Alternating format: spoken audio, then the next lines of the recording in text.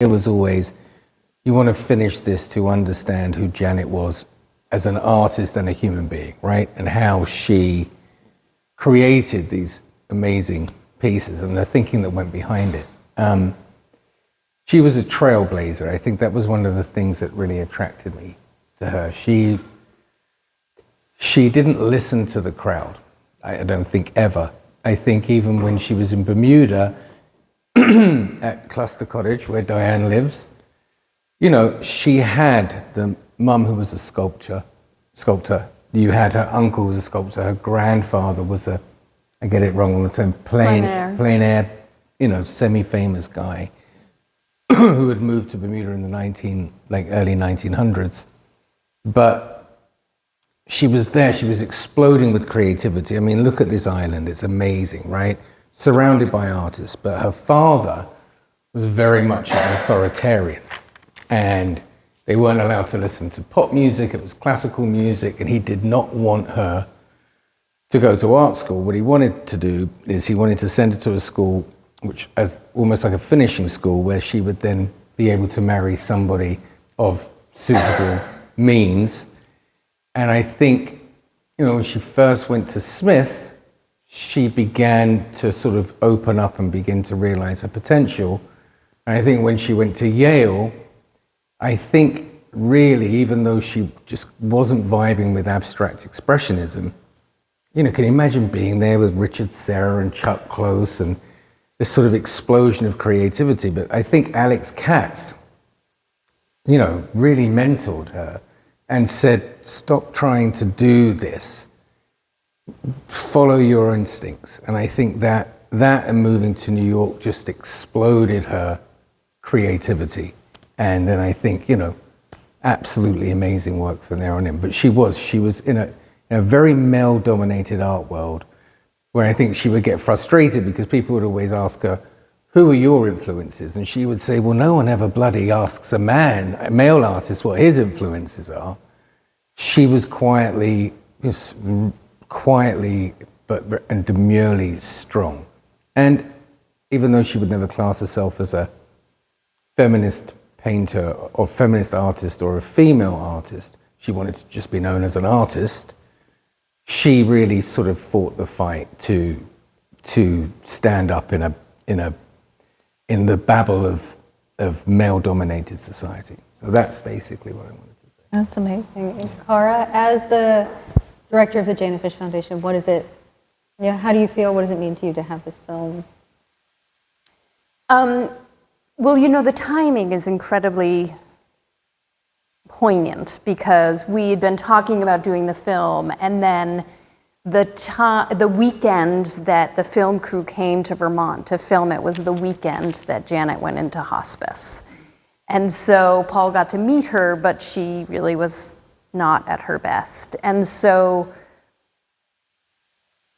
we had been talking about how important it was to capture as much as we could about her and from her.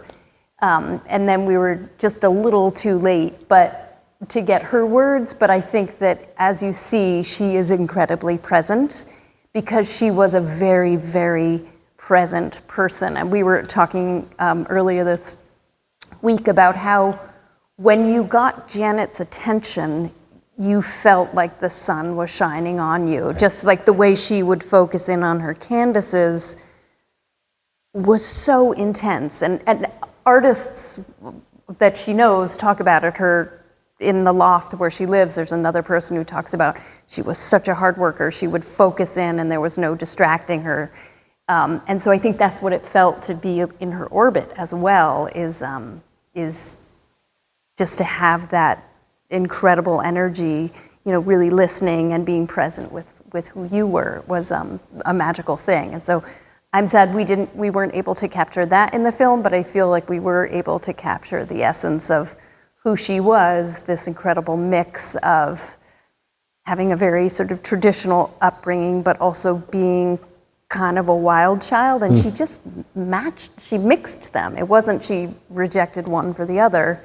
The combination was so key to who she was, to how she paints. And Cara grew up with her. and I think is a model in a number of her paintings as well. This is true. But like first-hand experience, it must have been amazing. Yeah, that was one of the things I kind of missed out on. But yeah, everyone said like she touched everybody she met. Few words she would speak, but when she did speak, everyone listened, and then she had this amazing wit. Very, very witty. Yeah. And I think you can see that in her paintings as Yes. well. Yeah, There's so little many sassy.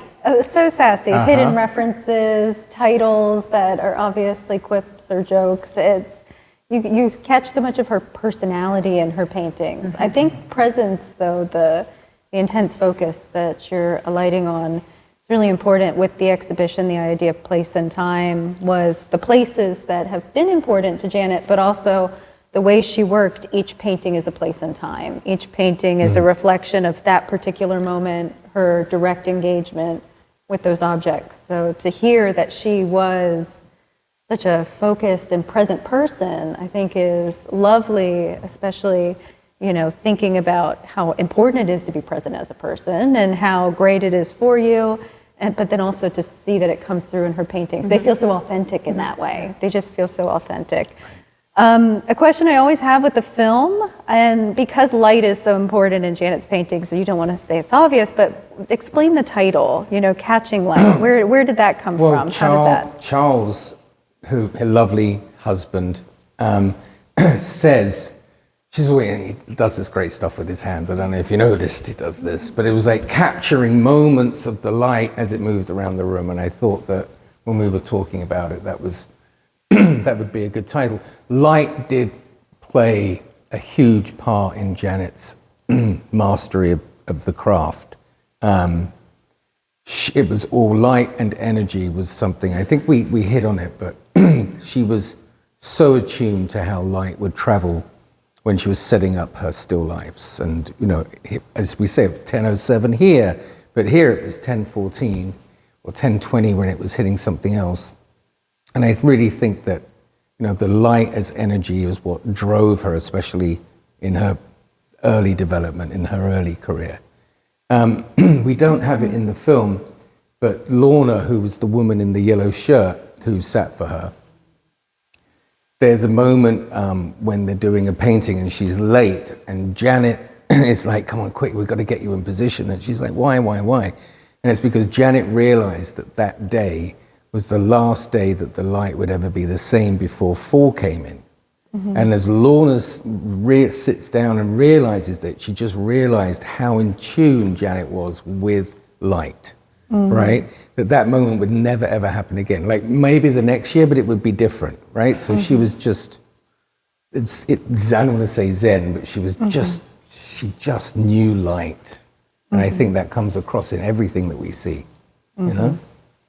An interesting thing is that she didn't sketch her still lives, so she didn't do a maquette or sketch them. I mean, she painted them, she drew them in on the canvas itself, but she considered setting up the still life her sketching. So she would take a long time to set it up because she wanted to see how the light traveled throughout the week or the couple days that she was setting it up, and then she would move things around, and that is what she considered her sketching, is that setup. And in terms of place also is so important in her work. So it's the place that she's immersed in when she's creating. And I think, you know, what's great about the film is that it takes you on a journey through the places that meant a lot to her. You get to see the places where she worked, where she lived, where she was inspired. What was your favorite place to film? Vermont. Vermont, it has to be Vermont. Just, I mean, the studio in New York and we really tried to recreate some of her amazing paintings by having glasses on the windowsill, and that was beautiful because we were able to catch the light as what she was seeing when she was like studying it for a week or however long it took to set up. But when we came to Vermont and it was just in fall, it's like paradise of color, right? It was absolutely blown away. And then her studio, which she built over a few years, there was an atmosphere of her. I can't really put it on. She wasn't there anymore. She was obviously in the house, but you could feel her presence there, her energy. And I feel that I don't want to be too woo-woo, but I feel that inspired us when we were there. And it was just like everywhere we put the camera was a bloody amazing shot, you know what I mean? And you can see also in Vermont, the interviews are slightly different because we used Nancy and Lorna and Charles, because it was a way for us to learn about who is the woman behind the art. And I think that those two really give you an idea of, you know, this strong, elegant, but attentive and funny woman who changed so many people's lives, I think. Well, what was it like when she came to Vermont? Because your mum and her were best friends, right? They were, you know, I think Nancy says it really well. She had a curiosity. So it's a tiny town in Vermont, very rural, not a wealthy spot at all. And so, so their best friends were hunters and farmers and just Vermonters, and so I think they really did have parties all the time, and she's this mix of incredibly serious, working in the studio. She got up very early every day, and worked, and you did not disturb her. That was not something people did. But then at night they would, you know, have a cocktail once the lights went down, once the light started to fade, and potlucks are the big thing in the country, and so just people would come by. And still, her husband's still there, and there's just almost every night people swinging by, bringing dinner. It's so isolating there because it's so rural, but it's also very social, and so she thrived on that, the dichotomy of the intense solo focus and then the sort of gregarious interchange with people, a broad swath of people. And she brought a lot of New Yorkers to Vermont. So a lot of people, they eventually started to buy houses. So there are a bunch of, like Mary Joan, who's in the film, she has a house in the town next door. And so then there just became this wonderful mix of people. And her Vermont paintings do become more social. They start to incorporate people and Right. figures, and it just shows again how it's her immersion in the place. She's really responding to her moment and responding to what's inspiring her that's around her. Sarah and I were talking the other day about another piece that we don't explore in the film, but I think that an element of island life, right, is that you use what you have. Because it's not like you can just go to the, you know, Best Buy or the big box store and easily, of course you can get what you need, but you gotta wait and you gotta choose. And so I think that she was always using for her still lives what she had around, including the people who were around, to keep things moving forward and intriguing herself. But it wasn't about finding the most precious item that she could find. It was really about finding something interesting that was available and then combining it with other things. And it goes back to, I think, a lot of what she says about her work is the connections between things that she's interested in, how it's not just the individual thing, it's a kind of a net of energy and the connection between the things that she tries to capture. Like Melissa says, it's that energy. Yeah. She would actually, who's the painting of the writer? Yorgo. Painting of Yorgo. He's sitting back and he's got a typewriter. It's Barry. Barry. And there is meaning with what she puts in her paintings, because she thought that he might like going to see women dancing. So if you look on the table, there's paintings of these sort of Chinese women who are kind of quite voluptuous. And I think there was some, the crossword was in that one, and he was like, it was like, oh, I think he might like doing a crossword. So she was putting all these little like in-jokes with herself in who she thought that Barry represented, how she sort of pictured Barry if she was squinting at him. And I found that quite nice. And I think that happens quite a lot in her paintings. Or otherwise she's just like, I've got to grab this is amazing. Or here's a lovely chiffon, or here's this. So yeah, there was a little bit of the sort of There's Dutch a sense still of life immediacy, thing. exactly. Yes, But yes. also, once you look at her works, any individual work, you start to see how educated she was, all the references, Right. her intellectual background, just how much she puts in of, I think, her mind as well.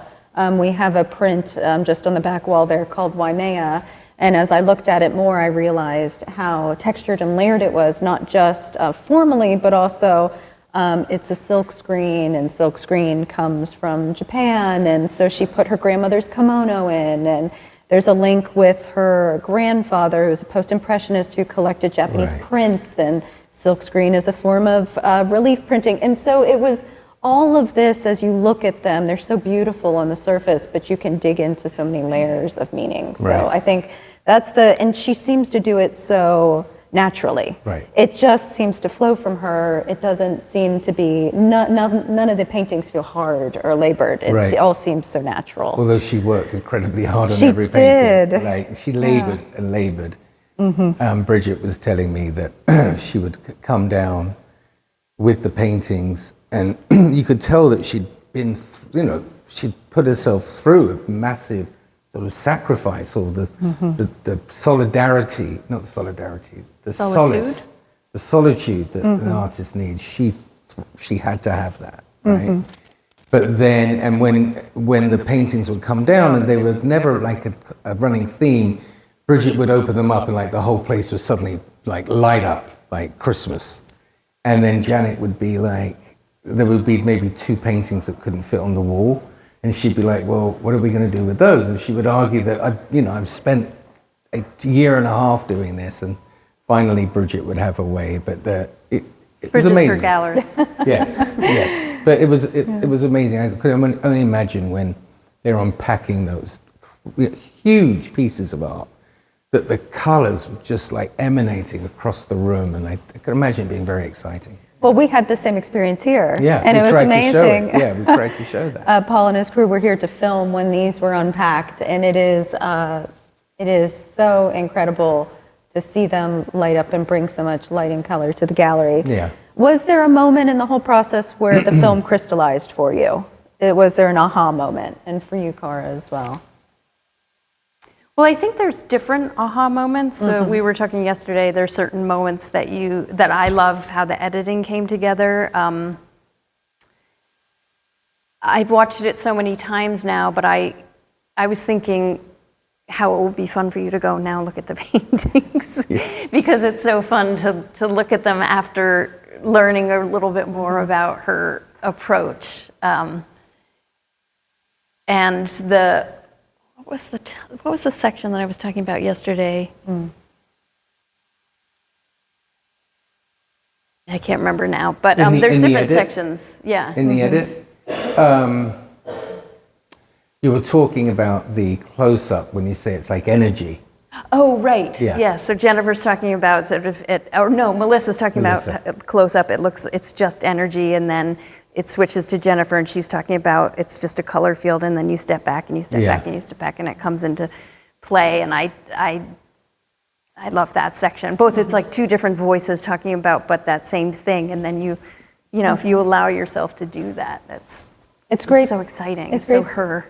The idea that the film can teach you how to look at the paintings Yeah. as well. I Yeah. think a film about an artist can talk about their life, but it can also teach you to engage differently with their art, and that's a great thing.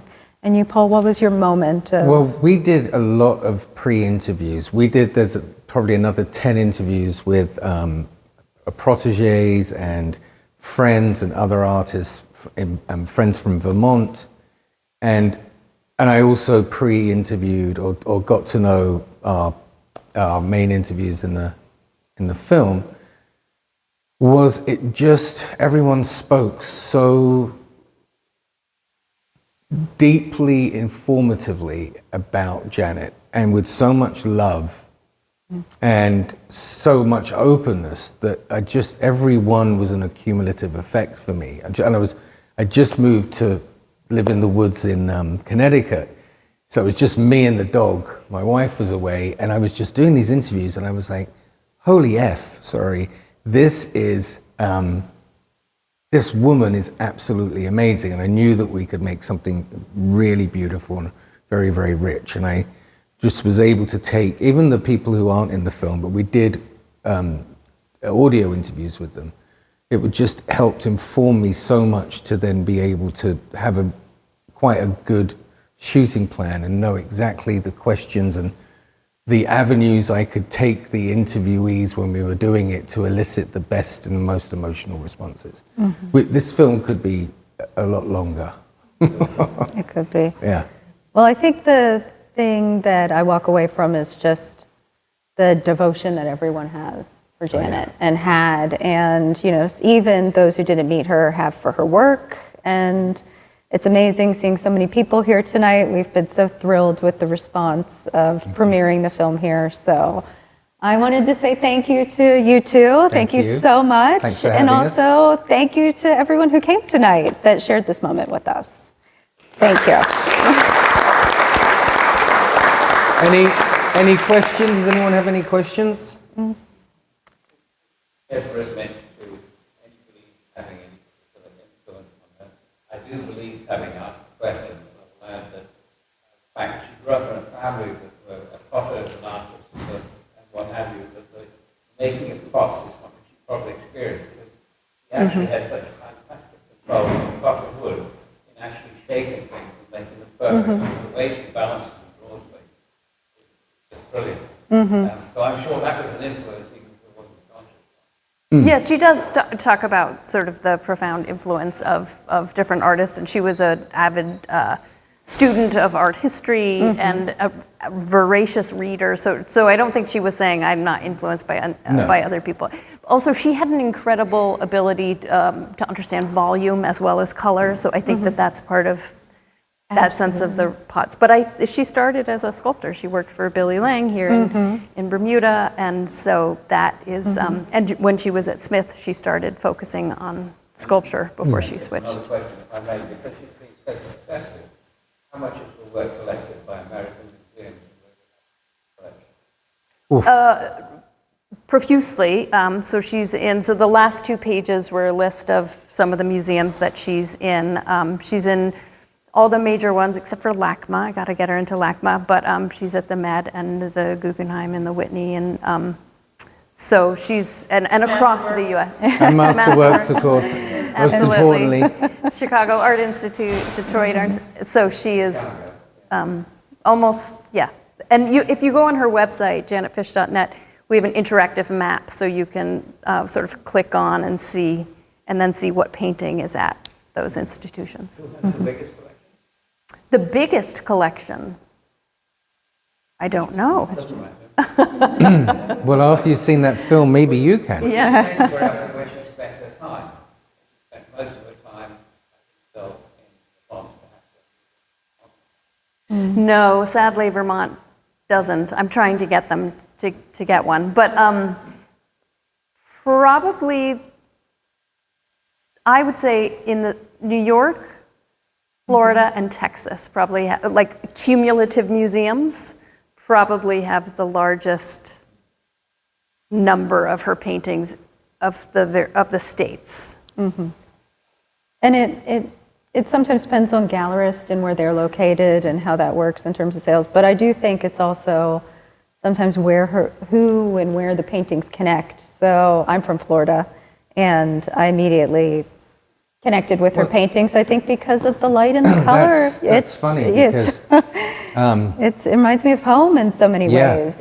And you know, we're very happy the exhibition is Right. going to tour, and some of those places where I think her work connects well, the exhibition is touring to those places. So she said that Bermuda and the colors in Bermuda and the colors, the vibrancy, the fauna, the flora, you know, that definitely affected her as a painter, right? It was a big inspiration to her, and she actually said that, you know, people in New York struggle a bit with my paintings because of my use of color, but in Texas and Florida and down south, there's a lot more, people dig it a lot more. I'm not saying people in New York don't dig it, but that's why I think you said Texas and Florida and everything like that. That color that you see anyway was something akin to Bermuda, which I think New Yorkers don't really. And don't forget, New Yorkers hate beauty. And I think at the time as well, when she was like painting beauty, everyone's like, well, no one wants to see something beautiful. And she was like, F you guys. And in fact, Bob Kushner does swear, but we didn't put it in the thing. It's like, you know, what she did was she would see beauty in the world, and she had the ability, incredible, extraordinary ability, to grab it for us and put it in paintings, right? And that moment. And I think that, I think that there's definitely the Bermuda influence was there, subconsciously and consciously, I think. And perhaps, you know, an influence from her grandfather, who was a plein air painter. I know we talk a little bit about that. Idea of light and color, she's not scared of light and color, No. but then she uses it in such a contemporary way. So she takes these essential tenets of painting, and even historic styles of painting, and then makes them so fresh and new. And she does it in a way that no one can deny that it's a great contemporary painting. Right. And I just like that she, you talk about her being audacious, this audacious character, that she really set her own path. And I think, you know, in forging her own path, she really came on something unique, but also, you know, she was able to position herself in a way that was just so individual in the art world, just by being herself, which is incredible, and really being true to the things she was interested in, the places she came from. 100%.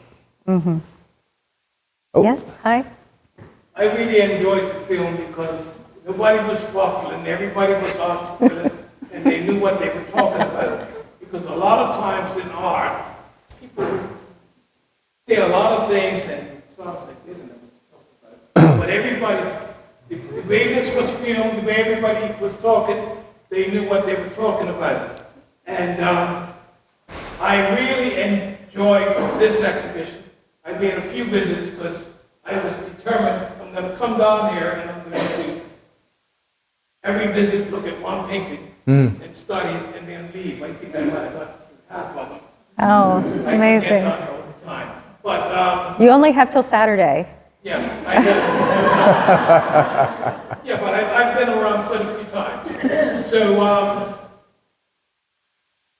after seeing the exhibition, like I do Facebook things and all that stuff, my summary of her work in the end went back to her school motto, because she went to Bermuda High School for Girls, which was like all girls school, and probably when she went it would have been segregated.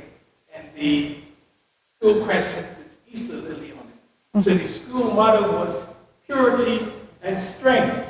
So when I see her work, I think of purity and strength. But the thing is, to be politically correct or something, the school changed the motto. But that's what her work is. It's pure, odorless colors, and it's strong work.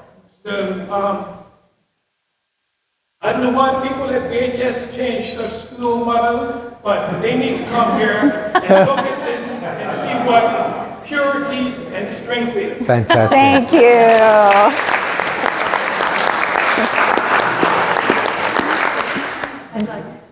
Please.